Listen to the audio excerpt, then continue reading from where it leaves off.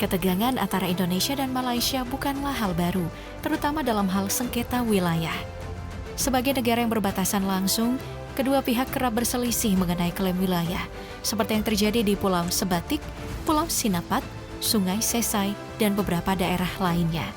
Tak hanya itu, klaim sepihak terhadap kebudayaan Indonesia juga seringkali memicu polemik, memperpanjang daftar persoalan yang ada.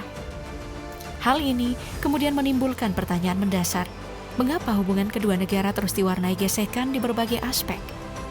Jika menilik sejarah, salah satu akar permasalahan bisa ditelusuri ke periode 1963 hingga 1966, ketika Indonesia menentang pembentukan Federasi Malaysia. Saat itu, langkah Malaysia dianggap sebagai strategi Inggris untuk mempertahankan pengaruhnya di Asia Tenggara. Sikap keras Indonesia dalam menolak federasi ini berujung pada serangkaian konfrontasi militer yang tak terelakkan. Melihat dari perspektif historis, hubungan Indonesia dan Malaysia memang selalu memiliki potensi ketegangan yang bisa meningkat sewaktu-waktu. Bahkan, jika situasi semakin memanas, tidak menutup kemungkinan ketegangan itu berujung pada konfrontasi langsung. Namun, seiring perkembangan zaman, regulasi hukum internasional yang mengatur hubungan antar negara semakin mendorong penyelesaian konflik melalui jalur diplomasi ekonomi dan perang dagang, ketimbang bentrokan militer di medan perang. Meskipun Presiden Prabowo Subianto memiliki hubungan yang cukup dekat dengan Perdana Menteri Malaysia, yakni Anwar Ibrahim, hal itu tak serta-merta menjamin kelangsungan hubungan yang sepenuhnya harmonis. Indonesia memahami bahwa Malaysia sebagai bagian dari persemakmuran Inggris sekaligus sekutu dekat Amerika Serikat, memiliki kepentingan dan posisi strategisnya sendiri. Oleh karena itu, Indonesia tetap bersikap waspada, mencermati setiap langkah dan kebijakan Malaysia guna memastikan kepentingan nasionalnya tetap terjaga.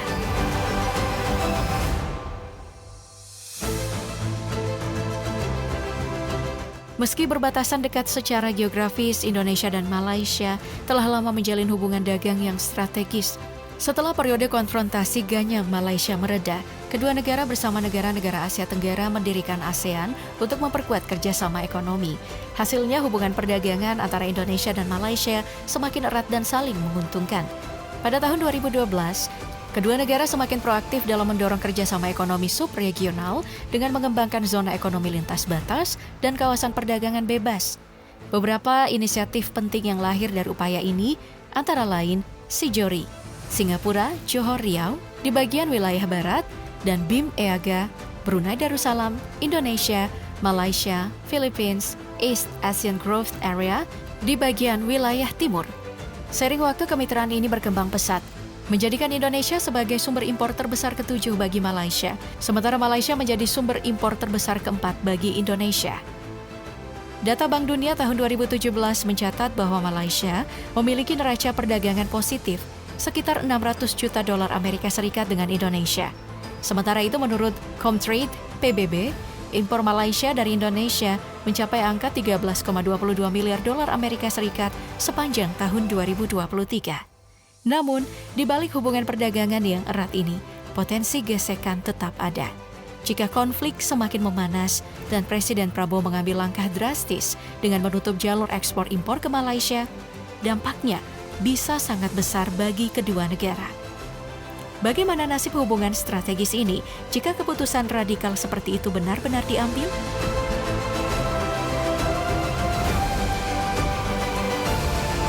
Indonesia memegang peran krusial dalam memenuhi kebutuhan batu bara bagi Malaysia. Data terbaru tahun 2023 mencatat bahwa Indonesia mengekspor batu bara sebesar 31,95 juta ton dengan nilai mencapai 4,09 miliar ringgit Malaysia atau sekitar 3,09 miliar dolar Amerika Serikat.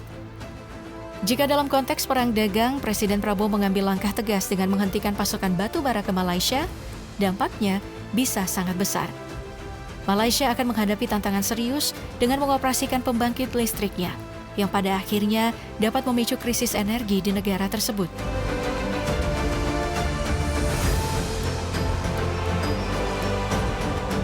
Tak hanya batu bara, cadangan nikel Indonesia juga menjadi komoditas vital yang membuat Malaysia sangat bergantung pada pasokan dari NKRI. Data tahun 2023 mencatat bahwa Indonesia mengekspor 92.661 kg nikel ke Malaysia dengan nilai mencapai 188,74 miliar rupiah. Nikel memainkan peran penting dalam berbagai sektor industri, mulai dari produksi baja tahan karat hingga pembuatan baterai isi ulang. Mengingat Indonesia merupakan pemilik cadangan nikel terbesar di dunia, keputusan untuk menghentikan ekspor dalam skenario perang dagang bisa menjadi pukulan telak bagi Malaysia. Industri-industri di negara tersebut akan menghadapi kesulitan besar dalam mendapatkan bahan baku yang mereka butuhkan. Keberlangsungan industri di Malaysia juga sangat bergantung pada pasokan logam dari Indonesia, seperti besi, baja, dan tembaga. Sepanjang tahun 2023, nilai ekspor berbagai jenis logam dari Indonesia ke Malaysia tercatat mencapai 12,5 miliar dolar Amerika Serikat. Namun, jika konflik perdagangan memanas dan Indonesia memutuskan untuk menghentikan ekspor logamnya, dampaknya bisa sangat serius. Banyak sektor industri di Malaysia yang diperkirakan akan terganggu, mengingat logam merupakan komponen utama dalam berbagai proses produksi yang menopang perekonomian negara tersebut.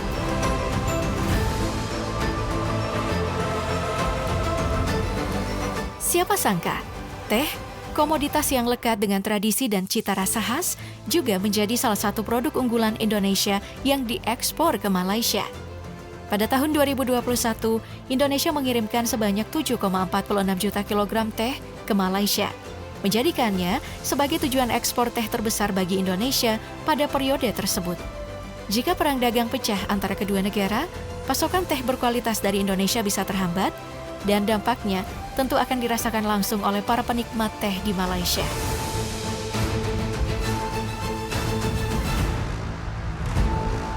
Selain itu, Indonesia juga berperan sebagai salah satu pemasok minyak mentah bagi Malaysia. Data tahun 2023 mencatat ekspor minyak mentah Indonesia mencapai 27,3 ton dengan nilai sekitar 4,56 miliar dolar Amerika Serikat. Meskipun jika pasokan ini terhenti, dampaknya mungkin tidak seberat sektor lain. Malaysia tetap harus segera mencari alternatif agar pasokan minyak mentahnya tetap stabil dan dapat terus menopang kebutuhan energi nasionalnya.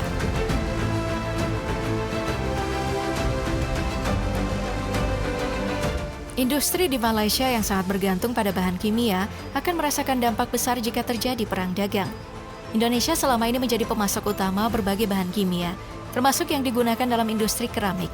Jika pasokan ini terhenti, Malaysia terpaksa mencari alternatif dari negara lain yang tentunya akan berdampak pada meningkatnya biaya produksi.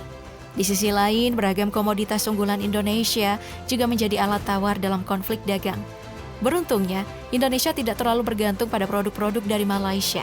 Hal ini disebabkan oleh kemiripan kekayaan sumber daya alam antara kedua negara, sehingga sebagian besar kebutuhan dalam negeri dapat dipenuhi tanpa harus mengharapkan impor dari Malaysia. Namun ada satu sektor di mana Indonesia masih memiliki ketergantungan terhadap Malaysia, yaitu energi listrik di Kalimantan Barat.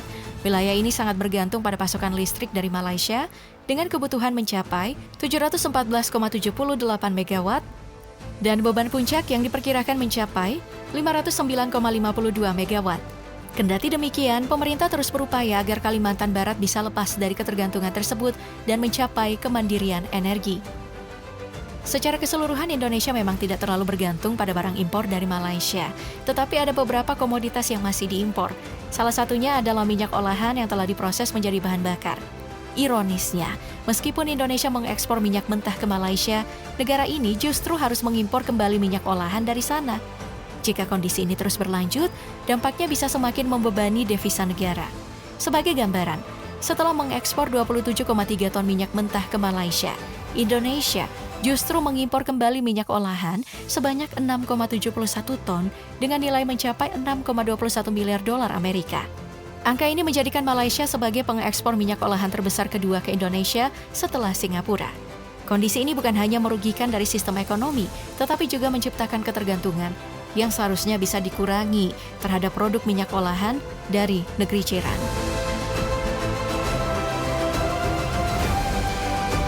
Nah, melihat bagaimana kemungkinan yang bisa terjadi jika perang dagang pecah, tentu harapan kita adalah agar skenario ini tidak sampai menjadi kenyataan. Bagaimanapun, Indonesia dan Malaysia telah menjalin kerjasama dagang yang erat selama bertahun-tahun. Bahkan, Malaysia menjadi salah satu mitra strategis bagi Indonesia dalam mendorong pertumbuhan ekonomi di kawasan.